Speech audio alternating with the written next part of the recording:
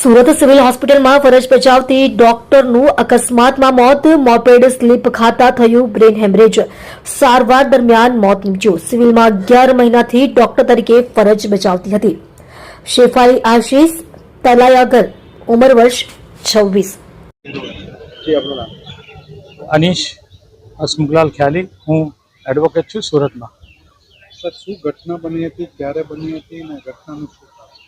तारीख पहली है बपोरे 4 वाग्यानी आजूबाजू मारा शाळानी दीकरी जेनु नाम है शेफाली कलाईगर ए सिविल खाते पीडियाट्रिक डिविजन में त्या नौकरी करे छे। नौकरी परथी 3:38 निकळा अने घर तरफ मैदरपुर आवा जवा निकळा त्यारे रिंग रोड तरफनो जे आपणे दिल्ली गेट ब्रिज जे ज्यां डाउन थाय छे त्यां कोईक अजाण्या व्यक्तिए टक्कर मारी हशे अथवा तो पोते जाते पण पड़ी गई होई शके।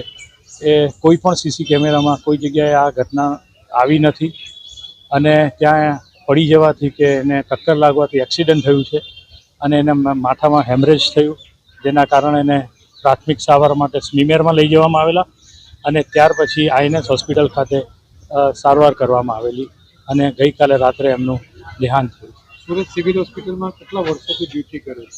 छेल्ला 11 महीनाथी ए पीडियाट्रिक विभागमां फरज बजावे छे जेनी उमर 26 वर्ष हती अने कुंवारा हता। કેમ બેઠા પ્રવૃત્તિ